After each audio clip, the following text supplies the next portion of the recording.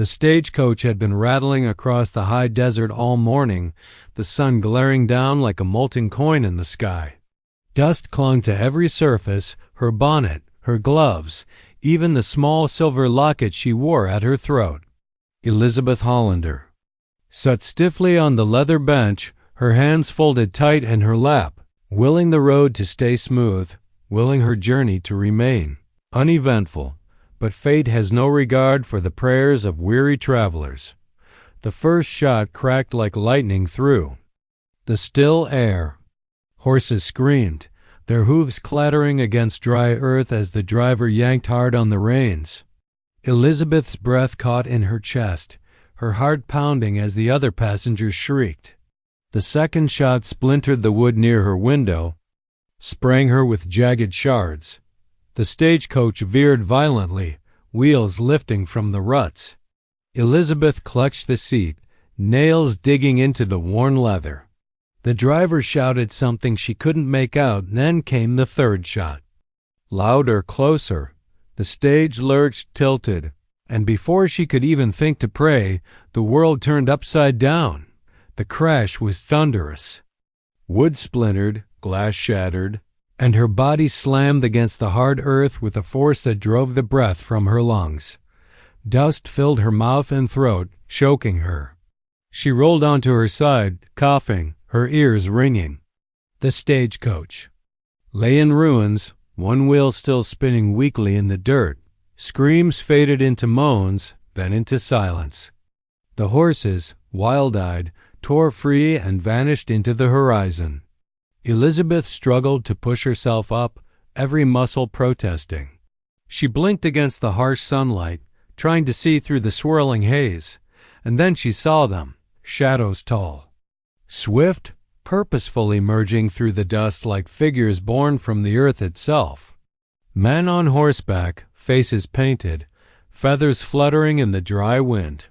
Apache. The word pulsed in her mind with a cold finality.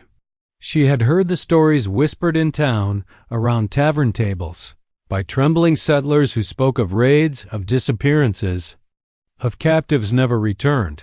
Her blood turned to ice. Elizabeth staggered back, boots slipping in the sand. One of the warriors dismounted, moving with a predator's grace.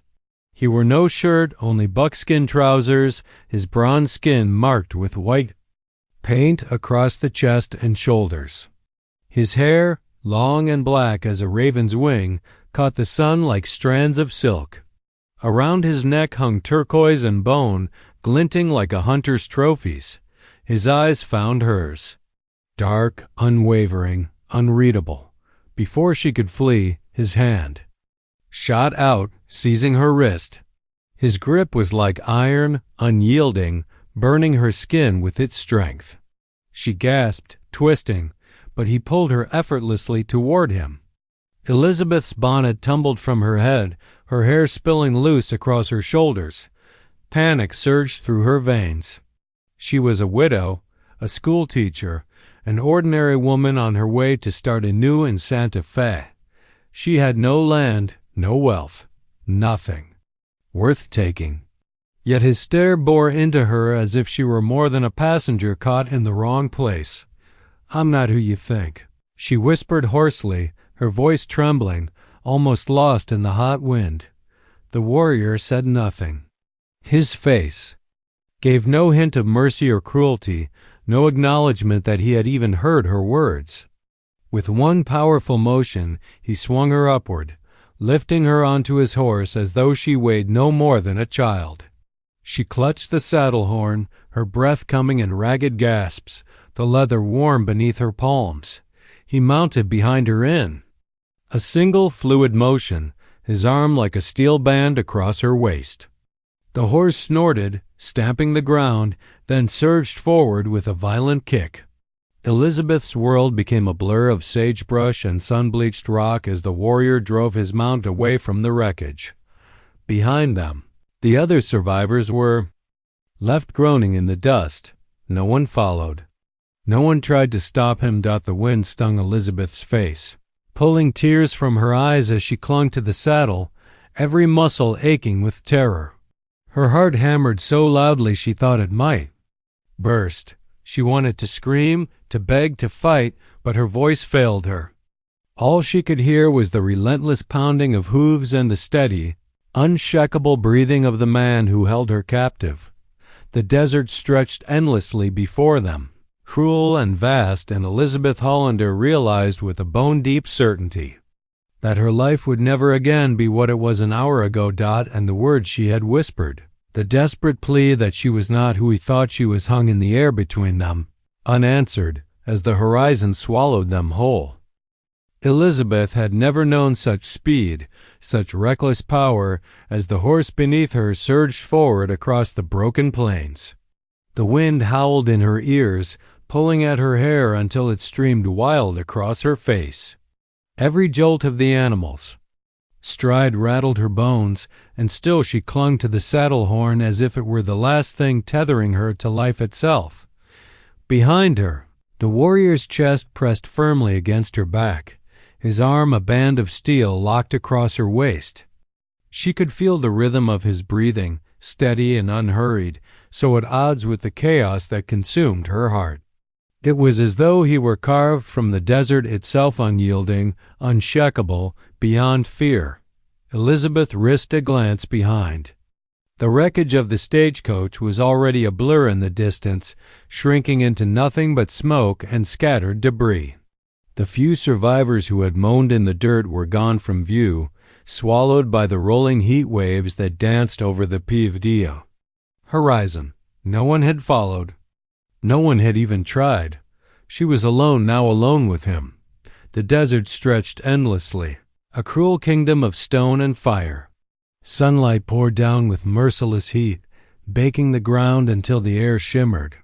The scent of dust and horse sweat filled her lungs, choking her until she turned her face away, gasping. Her lips were dry, her throat raw, her voice barely a thread of sound when she finally dared to speak. "You've made a mistake," she whispered, her words snatched away by the wind. "I'm not who you think I am." The warrior gave no reply. His horse thundered on, muscles straining, nostrils flaring as it devoured the distance between earth and sky.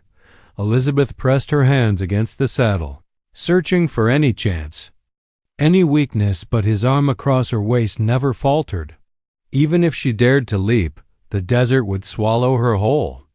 She had heard of travelers wandering in circles until their bodies lay bleached by the sun. Better to face one man than to die in that emptiness, she told herself. Yet still, her mind rebelled. Every story she had ever heard about Apache raids surged back to her, stories of captives taken, never seen again, of settlements burned, of lives erased as if they had never existed. She tried to remind herself that stories were often twisted by fear, shaped by the tongues of men who hated what they could not understand. But staring into the endless desert, hearing the drumbeat of hooves, she wondered if this time the stories were true. The horizon shifted. A glow, faint but steady, rose in the distance. At first, Elizabeth thought it a mirage, a trick of heat and exhaustion. But as they drew closer, she saw it for what it was: firelight. An encampment. Her stomach nodded. The ride had not been random. He had a destination, and she was part of it. The horse slowed as they approached the edge of a canyon where tall cliffs cast jagged shadows across the sand. Nestled between them, hidden from prying eyes, lay a camp alive with flickering flames. Smoke spiraled into the sky, carrying the sharp scent of burning sage. She could hear the low murmur of voices, the occasional burst of laughter, the rhythmic thump of a drum. Her pulse quickened. The warrior pulled the reins sharply, and the horse descended the rocky slope with effortless skill.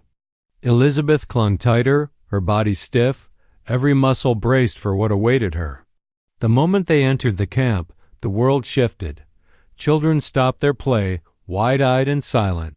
Women, their faces lined with both strength and hardship, paused in their work, baskets of corn and hides left forgotten at their feet. Men, tall and watchful, leaned on spears and rifles, their expressions unreadable. Every gaze fixed on her. Elizabeth's breath caught in her throat. She felt stripped bare, her torn dress clinging to her with dust and sweat, her face streaked, her bonnet gone. They looked at her as though she were not merely a woman plucked from a wreck, but something heavier, something weighted with meaning.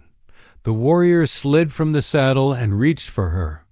Before she could protest, he lifted her down with ease and set her firmly on her feet. His hand remained on her shoulder, guiding her forward toward the circle of firelight. His grip was not cruel, but it was unbreakable.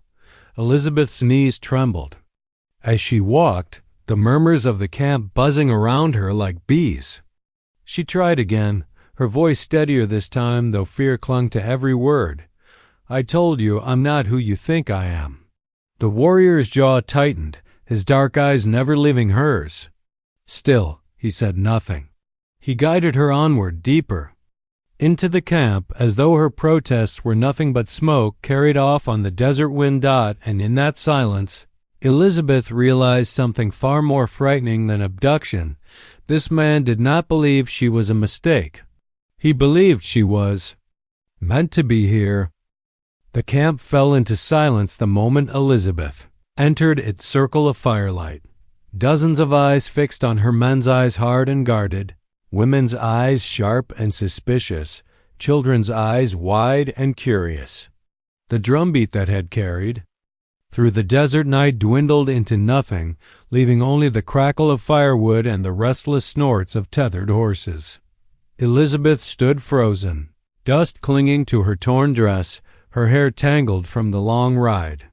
Her chest heaved with every shallow breath. She tried to meet no one's gaze, yet she could feel the weight of every stare pressing into her, stripping her bare. The warrior's hand remained firm on her shoulder, guiding her toward the center of the camp. His touch was not rough yet. It allowed no escape. She felt like a pawn in a game she didn't understand, a stranger thrust into the middle of a story already being written without her consent. The fire snapped, sparks spiraling upward into the desert sky. An elder woman stepped forward, her gray hair braided down her back, her lined face illuminated by the flames. She studied Elizabeth with such intensity that it made her throat tighten. The woman's lips moved, speaking words Elizabeth couldn't comprehend. Others murmured in response, the name Anaya surfacing again and again. Elizabeth flinched. She had heard it the night before, carried on the wind like a ghostly chant. Now it surrounded her, weaving through the air until it felt like a noose tightening around her neck. Her voice cracked as she spoke, desperate, trembling. "My name is Elizabeth Hollander. I'm a schoolteacher. I have nothing, no land, no wealth. You've made a mistake." The people didn't react as she hoped. Instead of softening, their gazes seemed to harden further, as though her words were lies meant to hide some deeper truth. The warrior, her captor, moved her forward again until she stood directly before the fire. He lifted his hand, pressing his palm firmly against her chest, right over her racing heart. Elizabeth gasped at the suddenness of the gesture. She tried to step back, but his strength anchored her in place. His eyes, dark and relentless, bore into hers. In the glow of the flames, she saw not cruelty, but something far more unnerving, conviction. He murmured words in his own tongue, his tone low but firm. The crowd stirred, whispers rippling through them like a rising wind.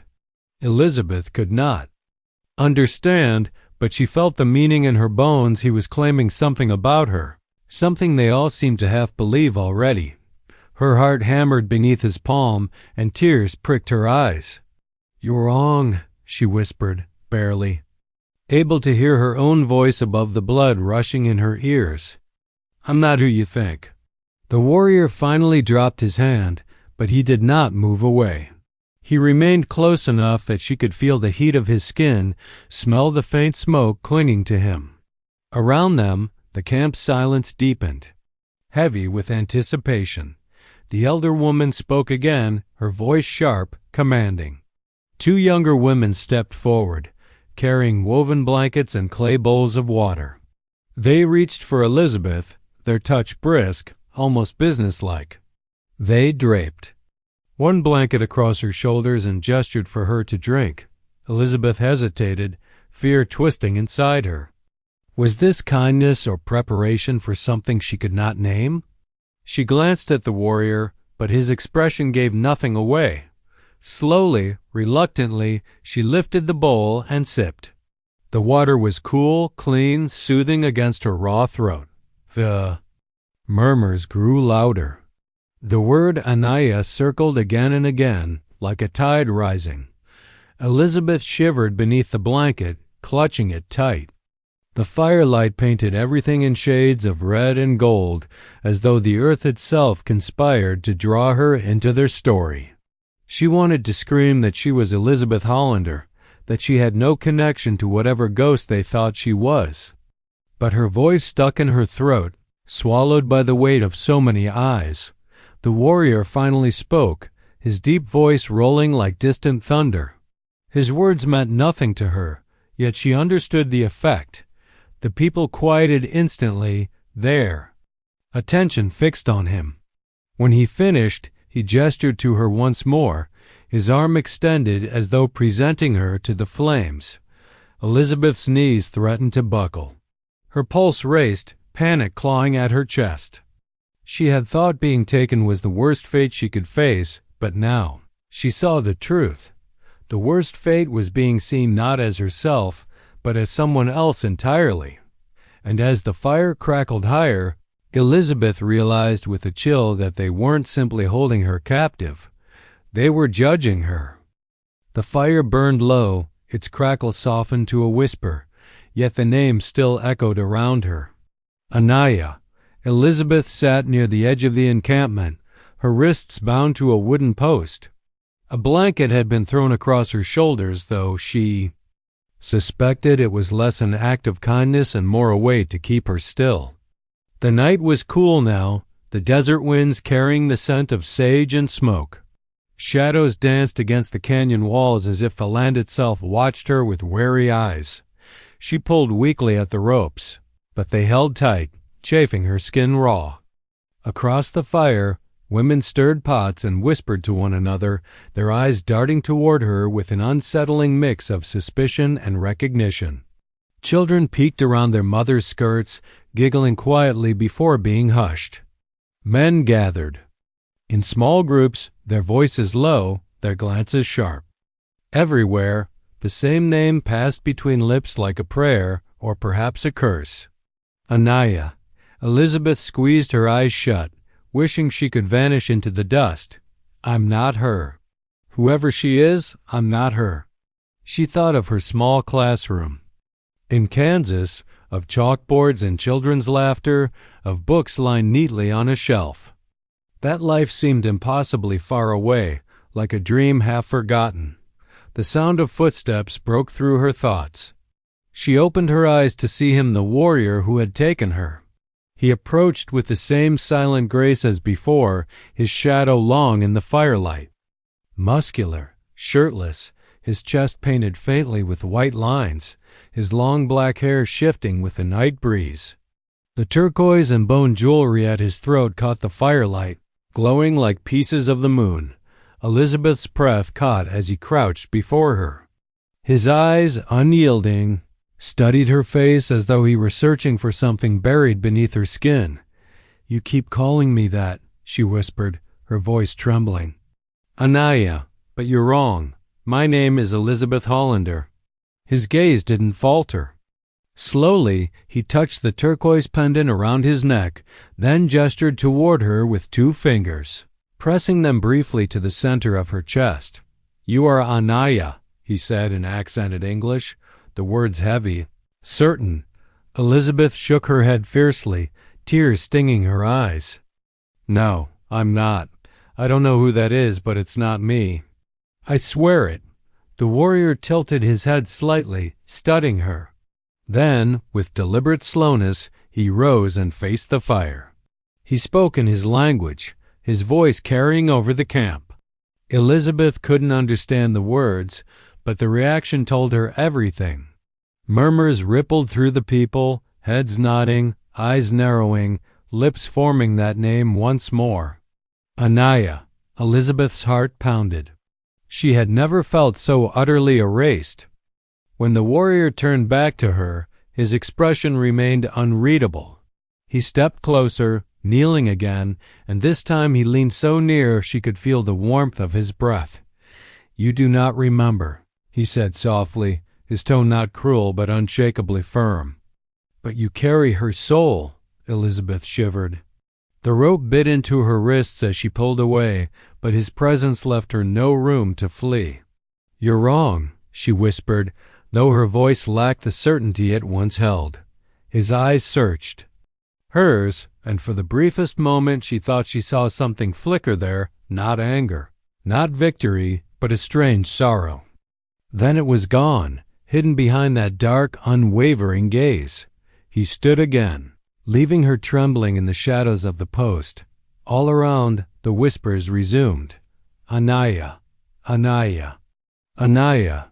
Elizabeth turned her face toward the stars, fighting back tears. She wanted to scream her name into the night, to remind the world she was Elizabeth Hollander, that she had a life, a past, a story that belonged to her alone. But even as she opened her mouth, the weight of the whispers pressed down, smothering her voice. Her own name seemed fragile now, a candle flickering in a storm, and deep in her chest, beneath the fear and denial, a seed of doubt took root. What if they weren't entirely wrong? What if the life she clung to so desperately was only part of a truth she had yet to face? The fire crackled, the people murmured, and Elizabeth Hollander sat bound to the post, her name unraveling into the desert night. The drums began low, a steady beat that pulsed like the echo of Elizabeth Hollander's own racing heart. She stood trembling, her wrists rubbed raw from the ropes that had bound her to the wooden post earlier.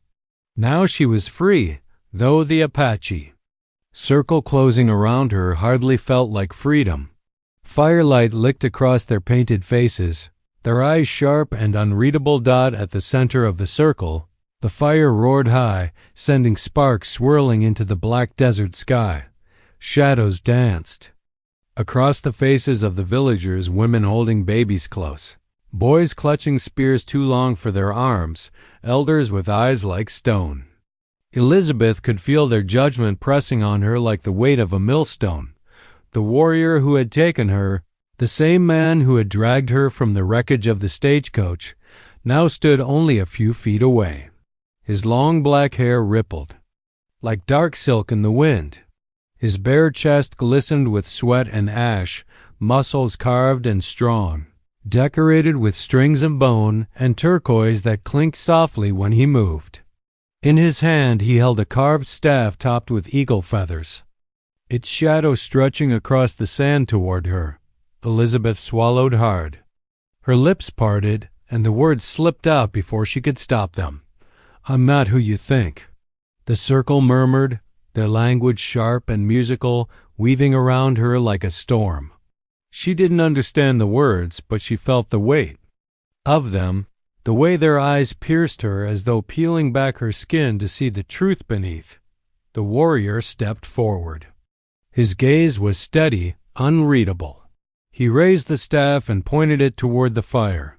Two men pulled forward a blazing brand, setting it into the sand at Elizabeth's feet. The flames hissed, spitting sparks onto her skirt. She stumbled back. Heart-pounding Dot, the elder of the tribe, an old man with lines carved deep into his weathered face, lifted his hand. The murmuring stopped at once. His voice came low and slow, words spoken in Apache, then translated haltingly by a younger man. At his side, she must walk the fire. Elizabeth's breath hitched. "No." She whispered. The interpreter's eyes flicked to hers. "To see if the fire takes her or spares her. Then we will know if she lies." The circle tightened, forcing her closer to the fire. The heat seared her cheeks, made her throat dry. She could feel sweat rolling down her neck, her skin prickling. As though the flames were already licking her flesh, Elizabeth shook her head wildly. "I'm not a spy. I'm not a threat. I was on the stagecoach because," she faltered, words breaking under the pressure of so many eyes. "Because what? Because she was running? Because she was carrying secrets she hadn't dared confess even to her own kin?" Her chest heaved. "I'm just me." The warrior's gaze narrowed, studying her. His hand flexed on the staff as though testing its weight. The fire cracked loudly, sending up a burst of sparks. Then, in a sudden motion, he stepped into the circle. Without breaking eye contact, he thrust his hand into the flames, gripping a burning brand and holding it high. The skin of his palm hissed, smoke rising where fire touched flesh, but he didn't flinch. His eyes bored into hers, dark and unyielding.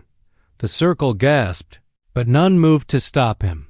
He lowered the brand, pressing the glowing end to the sand at her feet. "Walk," he said in broken English, his voice deep and rough, yet steady. Elizabeth's body went cold. Every instinct screamed to run, to scream, to collapse. But the circle left no escape. The warrior's gaze left her no refuge. She looked at the fire before her. Lines of glowing coals laid in a path across the sand, stretching from one side of the circle to the other. Beyond it, the darkness of the desert yawned wide, vast, and endless. Freedom, but only if she could cross. Her chest rose and fell. Her bare feet shifted against the sand. The fire hissed, daring her to move. And then, with a sound that was half prayer and half cry, Elizabeth Hollander took her first step onto the burning path. Elizabeth Hollander's foot hovered over the glowing embers, the heat rising so fiercely she felt it lick her skin before she even stepped down. Her whole body shook, but she clenched her jaw and forced herself forward. The first step seared, like 1,000 needles stabbing into her flesh. She gasped, nearly stumbling, but the circle around her roared with a sound that was neither cheer nor curse, just raw, primal energy. Sparks bit at her legs as she moved, the smoke wrapping around her like a choking veil. "One more," she whispered through gritted teeth. One more, but there wasn't just one more. The fire path stretched at least 15 feet, glowing like the very floor of hell itself. Each step was agony, every nerve screaming. Yet something inside her, something fierce and desperate, drove her on. Halfway across, her knees buckled. She would have fallen into the coals if not for a sudden hand gripping her arm, steadying her. She looked up. It was him, the warrior, the one who had taken her. His dark eyes reflected the flames, unreadable, almost otherworldly. He stood at the edge of the fire, the burning staff still in his hand, his muscles taut as he held her upright. For a moment, she thought he might drag her out, but he didn't. Instead, he gave her the smallest nod. Finished. Elizabeth bit back a sob. With his hand steadying her just enough, she forced herself across the last few steps. When she finally stumbled onto cool sand, she collapsed to her knees, tears streaming down her face, her lungs burning as she sucked in air that wasn't thick with smoke. The circle erupted in voices, some shocked, some angry, some reverent. The elder raised both hands, calling for silence. Slowly, the murmurs died. Elizabeth felt her body sway, exhaustion pressing her into the earth, but then she realized her feet weren't burned. Red, blistered perhaps, but not destroyed. She wiggled her toes and gasped. She could still feel them. She could still move. The elder's eyes glittered in the firelight as he spoke, his voice low and deliberate. The interpreter translated after a beat. "The fire has spared her." Gasps rippled through the circle. Some shook their heads in disbelief. Others bowed slightly, as though acknowledging something sacred. Elizabeth's breath caught. Spared me? What does that even mean? The warrior stepped closer, towering over her as she knelt on the ground. His chest glistened with sweat and ash, turquoise beads swaying against his skin. He extended his hand.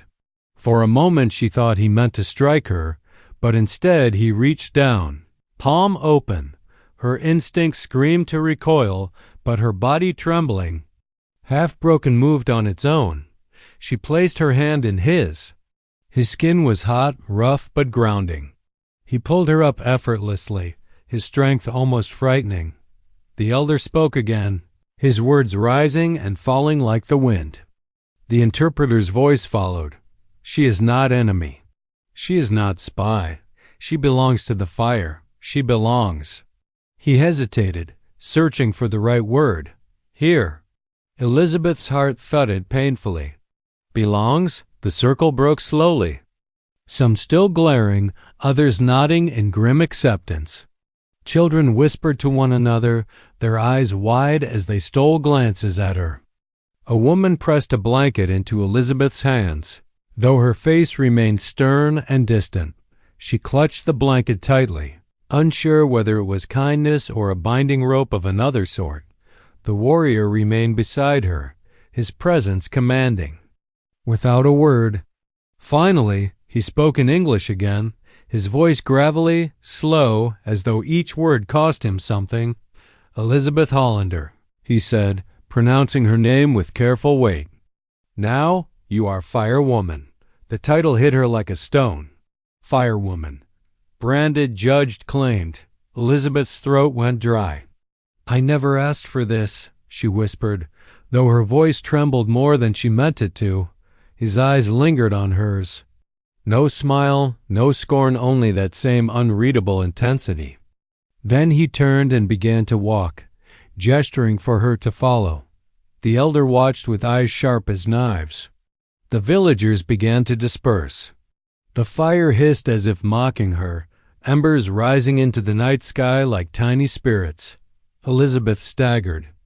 After the warrior, the sand cool beneath her aching feet, her heart pounding with fear of what awaited her in the shadows of the Apache. Night. She had survived the fire, but she knew this was only the beginning.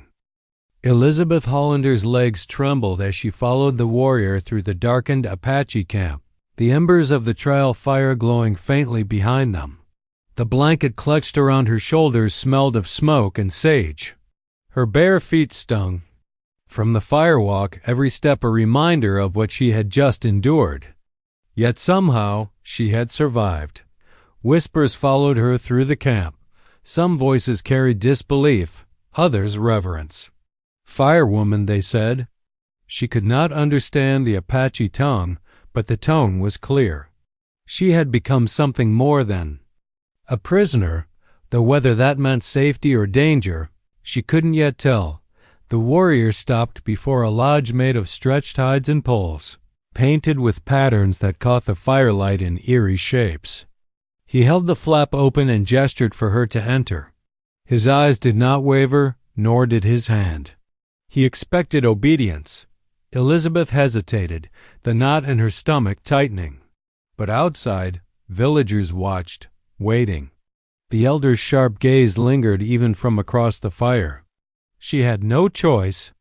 She stepped inside. The lodge smelled of leather, smoke, and earth. Animal furs lined the floor, soft beneath her sore feet. In the center, a small fire pit glowed with dying embers. The warrior entered after her, letting the flap fall shut, muffling the sounds of the camp. Alone with him, the silence was crushing. He set the burning staff against the wall, then turned toward her. The firelight rippled across his bare chest, muscles flexing as he moved. His long black hair framed his face, shadows cutting sharp lines across his jaw. His tribal jewelry, turquoise beads, bones, feathers clinked softly with each motion. Elizabeth tightened the blanket around herself, heart hammering. "Why are you doing this? Why me?" For a moment, he said nothing. Then, slowly in halting English, he spoke. "Fire chose you." Her breath caught. "No, I'm just Elizabeth Hollander." A woman running away, You don't understand. I'm not strong. I'm not special. You're making a mistake. He stepped closer, his eyes narrowing. Fire does not mistake. The word struck her deeper than she expected. She wanted to argue, to shout, to claw her way free. But something in his gaze, unyielding yet not cruel, stole her voice. She turned away, trembling. Her life in St. Louis, the stagecoach, the crash, the men who had tried to claim her for themselves, every moment felt like another world. Here, in this lodge, she was someone else. Someone she hadn't chosen to be. The warrior circled her slowly, like a predator studying prey, but also like a guardian marking boundaries. He finally stopped before her, raising a hand. She flinched, but his fingers only brushed her cheek, calloused yet surprisingly gentle. Elizabeth's throat tightened. She whispered the only truth she could muster. I'm not who you think. His jaw flexed. You are fire woman. Fire does not lie. Her heart lurched. She realized then that no matter how much she protested, the Apache did not see her as lost or broken or unworthy. They saw her as chosen, claimed by fire and by him. The warrior stepped back, kneeling before the fire pit. He sprinkled herbs into the coals, releasing a sharp, cleansing scent that filled the lodge. Then, with a deep voice, he spoke words she couldn't understand, chanting low and steady. Elizabeth wrapped her arms around herself, torn between fear and an inexplicable calm. When he finished, he looked at her again, his eyes softer now, though still fierce.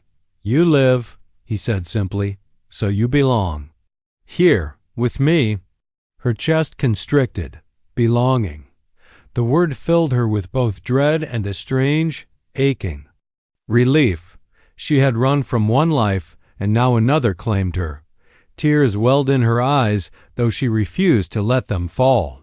She stood tall, even as her knees threatened to buckle. If I belong, she whispered, voice shaking but steady, then I'll decide what that means. Not just you. Not just the fire. The warrior's lips pressed into a thin line. Then, after a long silence, he inclined his head, a gesture of acknowledgement, if not agreement. Outside, the drums started again, echoing through the desert night. Inside, Elizabeth Hollander stood beneath the fire's glow, caught between who she had been and who she was now. She was not who they thought, but perhaps, for the first time, she wasn't sure who she thought she was either.